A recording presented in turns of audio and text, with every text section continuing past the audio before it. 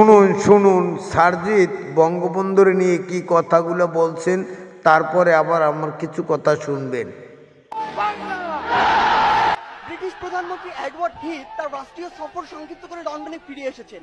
বিকেল 5টায় 10 নম্বর ডাউনিং স্ট্রিটে বঙ্গবন্ধুর সাথে বৈঠক শেষে বঙ্গবন্ধু যখন তার গাড়িতে উঠবেন, ব্রিটিশ প্রধানমন্ত্রী নিজে সে গাড়ির দরজা খুলে দিলেন।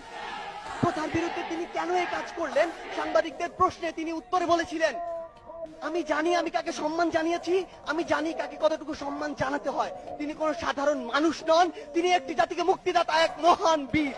তাকে সম্মান জানাতে পেরে বরং আমরা সম্মানিত।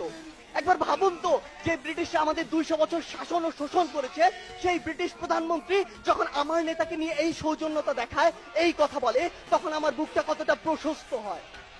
আমার বঙ্গবন্ধু আমাকে শেখায় ন্যায্যতা, ধর্মনিরপেক্ষতা, আপোষহীনতা আর সাহসিকতা।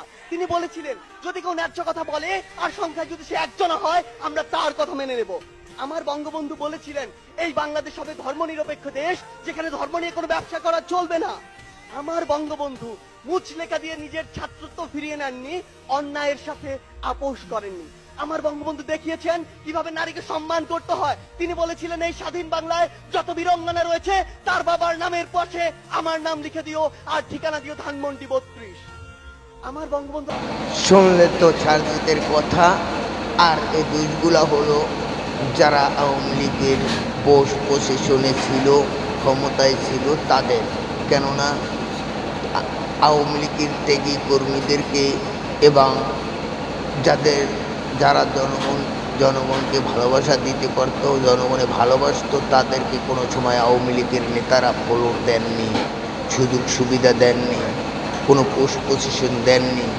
আর এইসব জামাত বিএনপির গোলাপান এবং জামাত বিএনপির লোকগুলা আওয়ামী লীগকে ঢুকাইয়া আজকের শেখ হাসিনার পতন ঘটাইল।